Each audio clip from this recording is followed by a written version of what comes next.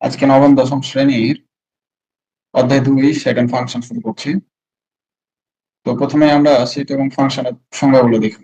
Set set মানে হচ্ছে কোনো কিছুর সংগ্রহ থাকবে ওখানে। আর সেট প্রকাশের ক্ষেত্রে আমরা সেকেন্ড ব্র্যাকেট ইউজ করি। কোনো কিছুর সংগ্রহ বাস্তব বা চিন্তা জগতে যে কোনো কিছু সংগ্রহ বা সমাবেশ হতেই পারে।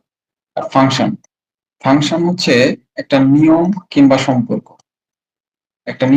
সম্পর্ক যেটা আমি স্বাধীন চলকের মান ইনপুট দিব, অধীন চলকের মান আউটপুট হিসেবে পাবো একটা নির্দিষ্ট মান।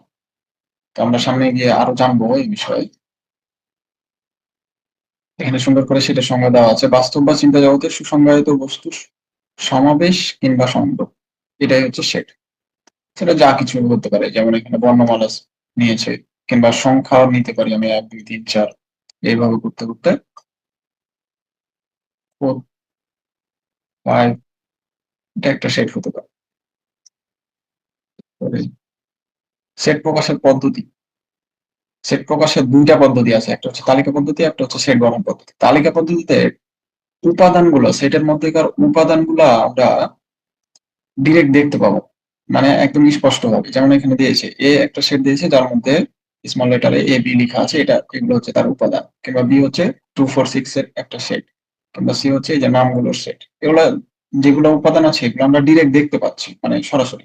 আর সেট গঠন পদ্ধতিটাতে একটু ভিন্ন, এখানে শর্ত বা নিয়ম দেওয়া থাকবে যেটার মাধ্যমে আপনাকে ওই উপাদানগুলা বের করে নিয়ে আসতে হবে। যেমন এখানে একটা সেট দিয়েছে যে এক্স হচ্ছে স্বাভাবিক বিজোড় সংখ্যা। স্বাভাবিক বিজোড় সংখ্যা কোনগুলো? 1 3 5 এগুলা। তাহলে দেখুন, আমাকে ডিরেক্ট এই সংখ্যাগুলো দেয়নি, আমাকে বলে দিয়েছে কোনগুলা হবে। এটাই হচ্ছে একটা নিয়ম কিংবা শর্ত। এটা হচ্ছে সেট গঠন পদ্ধতির নিয়ম। তো এখানে এই যে এটা তালিকা পদ্ধতি দেওয়া আছে, আমি বলছি সেট গঠন পদ্ধতিতে প্রকাশ করো। তো তাহলে এখানে আমরা উপাদানগুলো দেখে আমাদেরকে বুঝতে হবে আমাদেরকে কোন শর্ত বা নিয়ম এখানে অ্যাপ্লাই করতে হবে। তো এখানে দেখতে পাচ্ছি 7 14 21 28, তার মানে 7 এর গুণিতকের সেট সাত যেগুলা 0 থেকে বড় এবং 28 এর সমান বা ছোট, এটাই। তাহলে এখানে লিখে দিল এক্স সাজ দ্যাট এক্স, যেখানে এক্স হচ্ছে 7 এর গুণিতক, এবং গুণিতক তো অনেকগুলা, কিন্তু কতটুকু? এই 0 থেকে 28 এর মধ্যে, 28 এর সমান বা ছোট।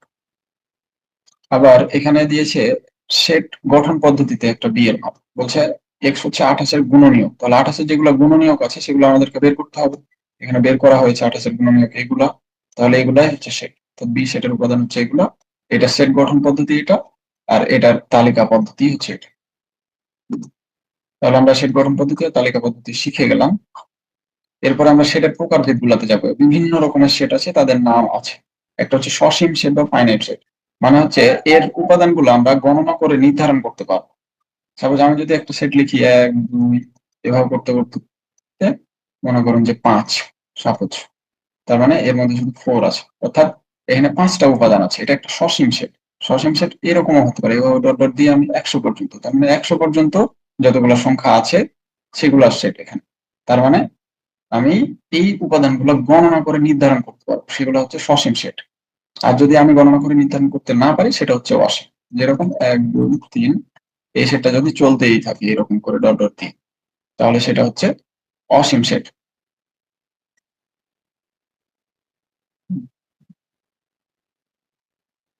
তারপর আছে ফাঁকা সেটের সংখ্যা। ফাঁকা সেট মানে হচ্ছে ওর নাম শুনে বোঝা যাচ্ছে ফাঁকা, মানে ওর মধ্যে কিছু নাই। ফাঁকা সেটকে প্রকাশ করা হয় এভাবে কিংবা এভাবে, যে কোনো একটা।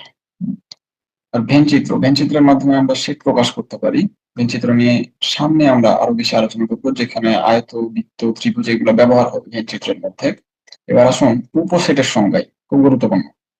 উপসেট উপসেট মানে হচ্ছে যে একটা সেট, এ সমান 1 আর 2, এই সেট থেকে আমি যতগুলা সেট গঠন করতে পারবো সবগুলা হচ্ছে এর উপসেট। তো এটা থেকে আমি সেট গঠন করতে পারবো, শুধু 1 নিতে পারি, শুধু 2 নিতে পারি, আবার 1 2 দুইটাই নিতে পারি, আবার কোনোটাই নাও নিতে পারে, অর্থাৎ ফাঁকা সেট। মানে এগুলা সবগুলা হচ্ছে ওর উপসেট।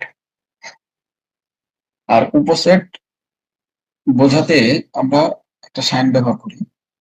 এগুলা সাপোজ যদি আমি এটাকে পি বলি, অর্থাৎ 1 দিয়ে যে সেটটা আছে সেটা হচ্ছে পি, তাহলে পি উপসেট এ, এইটা দ্বারা উপসেট বোঝাই আমরা। এরপর আসে প্রকৃত উপসেট। প্রকৃত উপসেট কেমন? এখানে দেখুন যে আমি এইটার উপসেট বের করেছি, কালারটা চেঞ্জ করি, এইটার উপসেট বের করেছি এখানে 1 2 3 4, কিন্তু এটা তো সমান হয়ে গেছে, একটা সমান হয়ে গেছে, এটা সমান হয়ে গেছে, তার মানে এটা নিশ্চয়ই প্রকৃত না, তাহলে বাকি গুলা হচ্ছে প্রকৃত উপসেট। মানে উপাদান সংখ্যা কম থাকবে আর কি, অন্তত উপাদান সংখ্যা কম থাকবে একটা।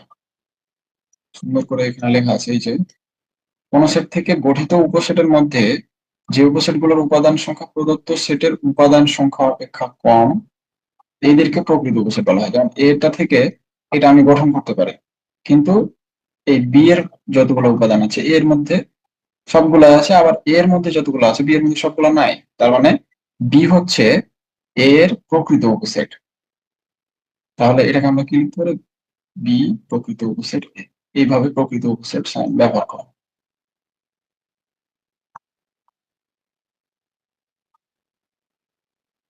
এখানে পি এর উপসেট গুলো সবগুলো লিখেছে, সবগুলো উপসেট লিখেছে। আমরা উপসেট সংখ্যা বের করা শিখবো, সবগুলো উপসেট লিখবে, কিন্তু শুধু এই উপসেটটা সমান হয়ে গেছে, তার মানে এটা বাদ দিয়ে বাদ বাকি যতগুলো আছে এখানে সবগুলো হচ্ছে ওইটার প্রকৃত উপসেট। আর উপসেট সংখ্যা এই যে এখানে দেওয়া আছে, কোন সেটে যদি উপাদান সংখ্যা n সংখ্যক হয়, উপসেট সংখ্যা হবে 2 টু দি পাওয়ার n, অর্থাৎ এখানে 3টা আছে 2 টু দি পাওয়ার 3, তার মানে উপসেট হচ্ছে 8টা। এখানে গুণে দেখুন 8টা পাবেন, আর প্রকৃত উপসেট একটা বাদ যাবে এখান থেকে, 2n - 1, এটা হচ্ছে প্রকৃত উপসেট সংখ্যা। এরপরে আমরা আসবো সেটের সমতার দিকে। সেটের সমতা বা ইকুইভ্যালেন্ট সেট, সেটের সমতা অর্থাৎ এ সমান বি এরকম দুটো সেট আমি তখনই লিখতে পারবো যদি এ বি এর উপসেট হয় এবং বি এ এর উপসেট হয়। এটা তখনই সম্ভব যখন দুইটাই সমান হবে। যেমন এইটা এখানে আমরা দেখতে পাচ্ছি 3 কে 2 বার লিখেছে, কিন্তু আসলে 2 বার লিখা 3 বার লিখা 1 বার লিখা একই কথা। তার মানে এই দুইটাই হচ্ছে একে অপরের সমান সেট আর কি, সমান সেট সমতা বোঝাচ্ছে। তারপরে সেটের অন্তরে চলে যাবো, ডিফারেন্স অফ সেট। একটা সেট থেকে আরেকটা সেট বাদ, এটাকে লেখা হয় এভাবে, কিংবা a - b, যে কোনো একটা।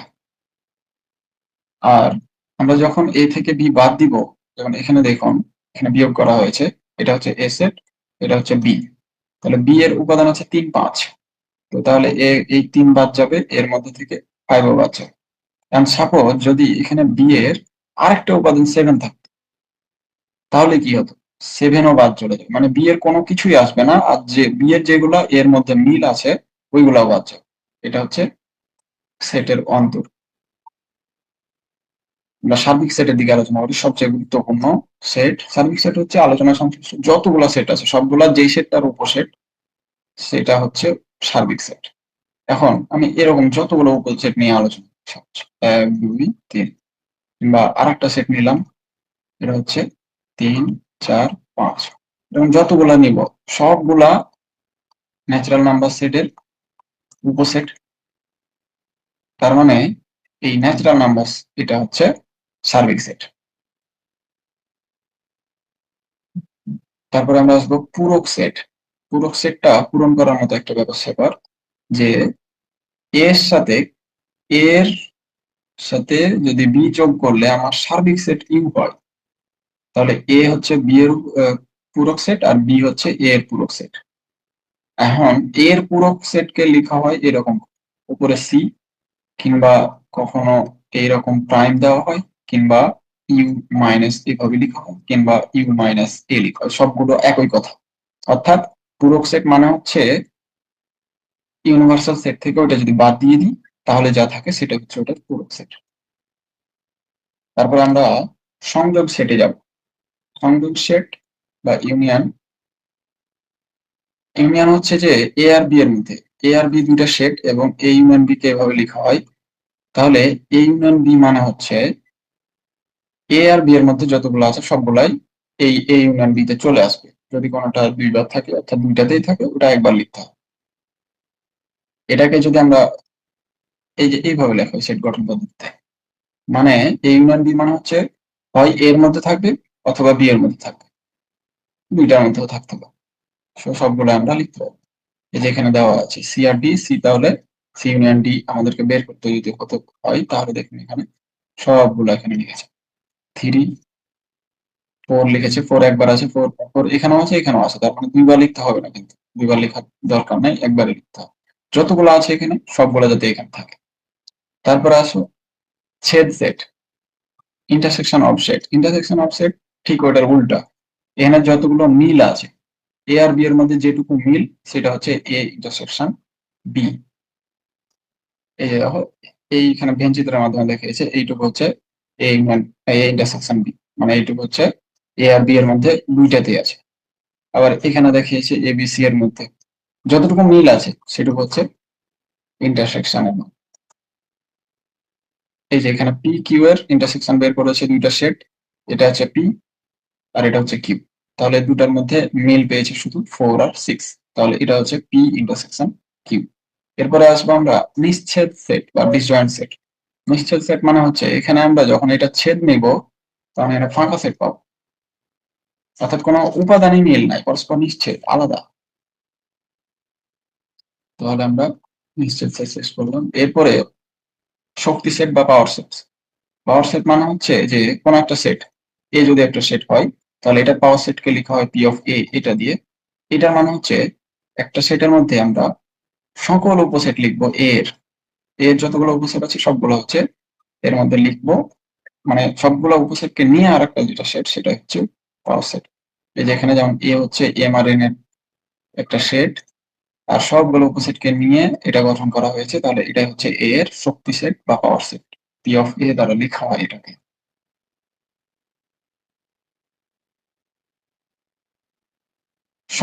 শক্তি সেটের উপাদান সংখ্যাও এই উপসেটের উপাদান সংখ্যার মতোই, কিন্তু গড় এন, মানে শক্তি সেটে কতগুলো উপাদান থাকবে সেটা আমরা ওই উপসেট যতগুলো ততগুলো থাকবে।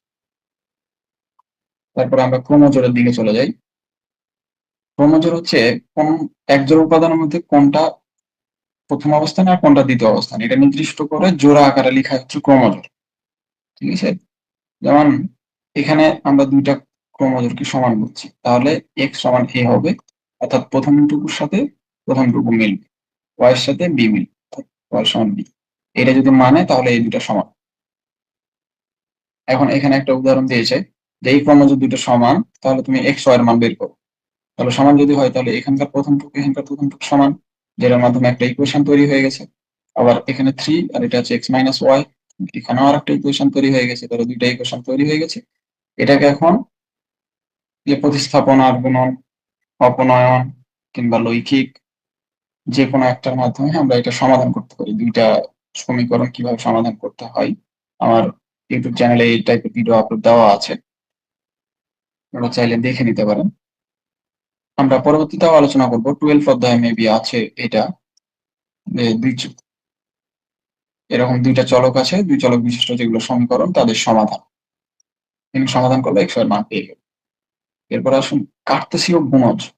কার্তেশীয় গুণজটা আমাদেরকে জানতে হবে।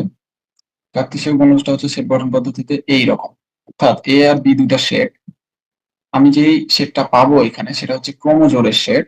এক্সটা আসবে কোথা থেকে, এ থেকে, ওয়াইটা আসবে বি থেকে। এইভাবে করে ক্রমজোড় নিয়ে যেটা সেট সেটাই হচ্ছে কার্তেশীয় গুণজ সেট এ আর বি এর।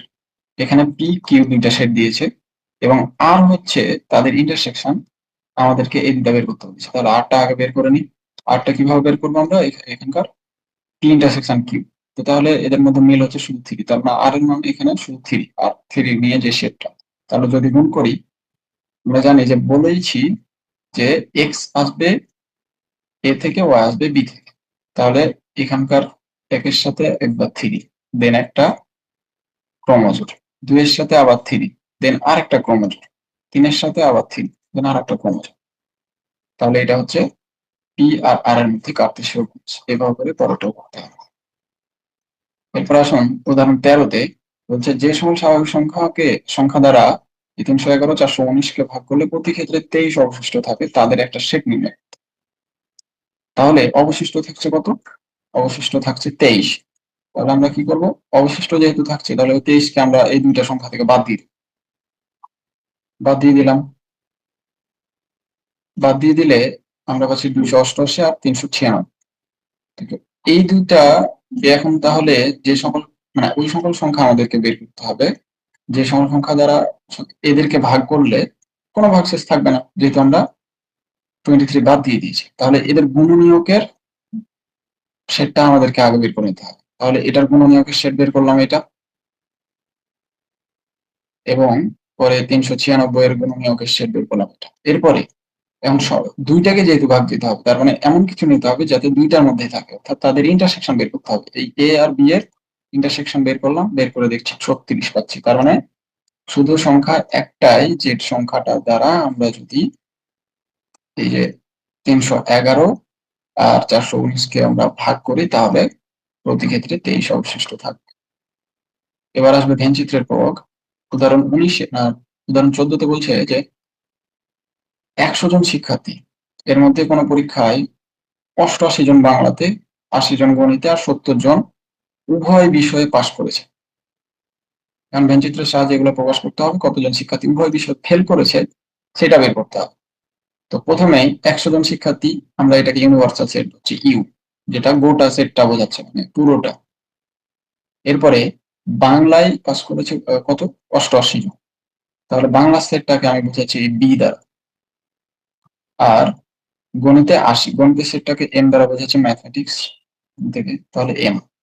এখন উভয় বিষয়ে পাস করেছে 70 জন, ওই সেটটাকে আমি তাহলে কি দ্বারা, উভয় বিষয়ে আছে তার মানে তাদের দুইটার মধ্যে আছে, অর্থাৎ বি ইন্টারসেকশন এম এর মানটাই হচ্ছে উভয় বিষয়, তাহলে এটাকে আমি কিউ দ্বারা লিখেছি। এবং শুধু বাংলায়, শুধু বাংলায় পাস করেছে পি, আর শুধু ম্যাথমেটিক্সে হচ্ছে আর, আর ফেল করেছে হচ্ছে এফ। এটা আমাদেরকে বের করতে হবে ফেলের মানটা। তো শুধু বাংলায় পাস করাটা কিভাবে বের করব? শুধু বাংলায় পাস করাটা বের করব, টোটাল বাংলায় যতজন পাস করেছে ওখান থেকে উভয় বিষয়ে যেটুকু আছে এইটুকুকে আমরা যদি একটু কালার ভিন্ন করি, এইটুকুকে যদি আমরা বাদ দিয়ে দিই পুরো বাংলা থেকে, তাহলে আমরা শুধু বাংলায় পেয়ে যাব। তাহলে এই যে পুরো বাংলাতে পাস করেছিল, মানে সব বাংলাতে পাস করেছে 88 জন, আর তার মধ্যে আবার ওদের মধ্যে আছে এরকম যারা 70 জন যারা গণিতেও পাস করেছে, তাহলে ওদেরকে বাদ দিলে এরা শুধু 18 জন শুধু বাংলায়, এরা শুধু বাংলায় পাস করেছে। আবার সেম ভাবে শুধু গণিতেরটা বের করার জন্য গণিতে পাস করেছে এতজন, আবার এদের মধ্যে 70 জন আছে যারা উভয় বিষয়, তাহলে এটা যদি আমি বাদ দিয়ে দিই তাহলে 10 জন পাচ্ছি এরা শুধু গণিতে। তাহলে শুধু গণিত, শুধু বাংলা আর উভয় বিষয় যদি আমি যোগ করে দিই তাহলে কি পাবো, যে অন্তত একটা বিষয়ে পাস করেছে তাদের সংখ্যা পাবো। 18 জন শুধু বাংলায়, 10 জন শুধু গণিতে, আর 70 জন উভয় বিষয়, তাহলে এরা অন্তত একটা বিষয়ে পাস করেছে তাদের সংখ্যা, যেটা সংখ্যা আছে 98। আর মোট শিক্ষার্থী ছিল কতজন, 100 জন, তাহলে 98 জন অন্তত একটাতে পাস করেছে, তাহলে উভয় বিষয় ফেল করেছে 2 জন। বের হয়ে গেল। আমরা সামনের ক্লাসে অনুশীলনী শুরু করবো এটা।